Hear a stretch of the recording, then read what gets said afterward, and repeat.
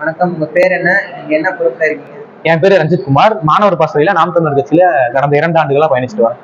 Cinema துறையில இருந்து அரசியல் வரவங்களுக்கும் இப்ப நாம் தமிழர் கட்சியோட வேறுபாடு என்ன சொல்லுங்க. அதாவது சினிமா துறையில அரசியல் பண்றவங்க 15 வருஷமா திரையில தான் இருக்காங்களே தவிர தரைக்கு வந்தது கிடையாது. ஆனா நாம் தமிழர் கட்சி அப்படி கிடையாது. காவிரி நதி நீர்ல இருந்து, நீட் உரிமையில இருந்து அனைத்துக்கும் களத்துல இறங்கி நின்று மக்களுக்காக குரல் கொடுத்துட்டு வராங்க. சினிமால இருக்கவங்க யாரும் இது வரைக்கும் காவிரி நதி நீருக்கு போராடினது கிடையாது. நீட் தேர்வுல இறந்தவங்களுக்கு போராடினது கிடையாது. அவங்களுக்கு அஞ்சலி செலுத்தினது கிடையாது. இலங்கையில நம்ம இன சொந்தங்கள் லட்சக்கணக்கான பேர் கொல்லப்பட்ட போது குரல் கொடுத்தது கிடையாது.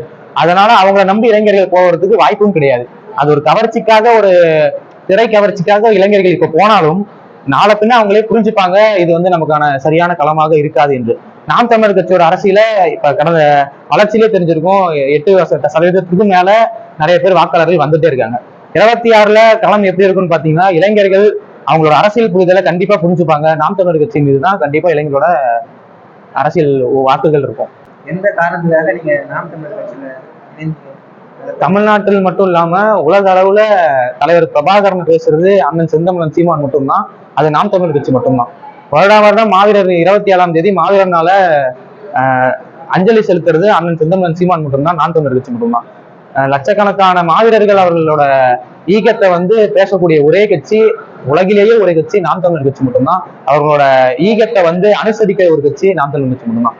அத்தகைய ஒரு செயலை வந்து இந்தியாவிலும் சரி உலகிலும் எந்த கட்சியும் செய்யாது. நாம் தமிழர் கட்சி மட்டும்தான் செய்யும். அதனாலதான் இந்த கட்சியில நாங்க தொடர்ந்து பயணிச்சுட்டு இருக்கோம், மாணவர்கள் எல்லாரும்.